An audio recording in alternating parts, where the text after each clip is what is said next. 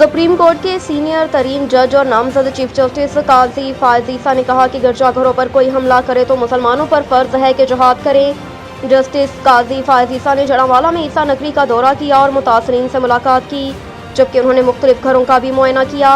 इस मौके पर जस्टिस काजी फायज ईसा ने मुतासरीन की नक़द माली इमदाद की और उनकी अहलिया ने मुतासरीन में राशन तकसीम किया।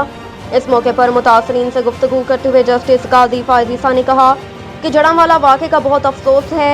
आपके गम में बराबर का शरीक हूँ। आपके भी बाकी सब की तरह हकूक़ हैं। सब बराबर के शहरी हैं और किसी को किसी पर कोई बर्तरी नहीं। उन्होंने कहा कि कोई मुसलमान ऐसा नहीं जो हज़रत ईसा को पैगंबर ना माने। आपको चर्च बनाने का इतना ही हक है जितना मुसलमान को मस्जिद बनाने का है। गिरजाघरों पर कोई हमला करे तो मुसलमानों पर फ़र्ज है कि जिहाद करे।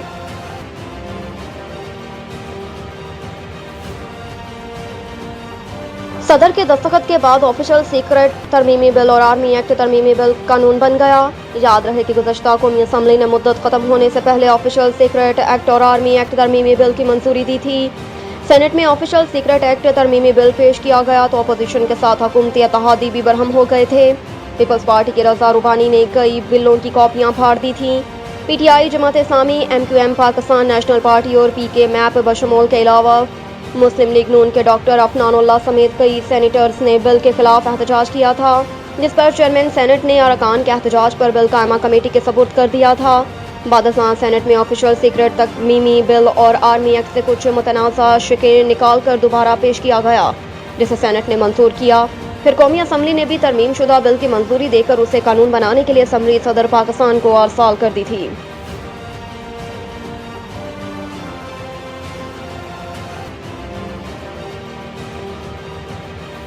भारत के पानी छोड़ने से सतलुज में सैलाब, हज़ारों अफराद की नकल मकानी। कुदरती आफात से निमटने के सूबाई इदारे PDM में पंजाब के तर्जुमान ने कहा कि दरियाए सतलुज में ऊंचे से भी इंतहाई ऊंचे दर्जे के सैलाबी सूरत हाल है।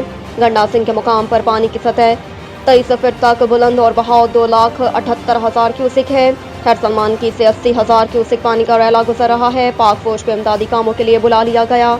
दरियाई बेल्ट के 21 मौज़ूआत के 53,000 से ज़्यादा आबादी को फौरी नकल मकानी करने की हिदायत। दीगर इलाकों से नकल मकानी जारी है। अब तक 4,805 अफराद को महफूज मकामान पर मुंतकिल कर दिया गया। तर्जुमान PDM के मुताबिक भारत की जानिब से 21 अगस्त तक रोज़ाना की बुनियाद पर पानी छोड़े जाने की इत्तलात है। सैलाब के बायस मुतअद्दिद हिफाज़ती बंद टूटने और बस्तियाँ ज़ेर-ए-आब आने का खतरा है।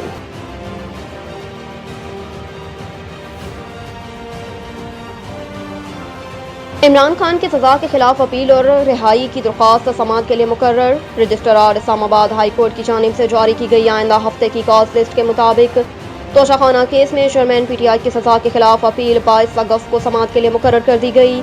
अलावा चेयरमैन PTI की सज़ा मुअत्तल करके रिहाई की दरख्वास्त भी 22 अगस्त ही को समाअत के लिए मुकर्रर की गई।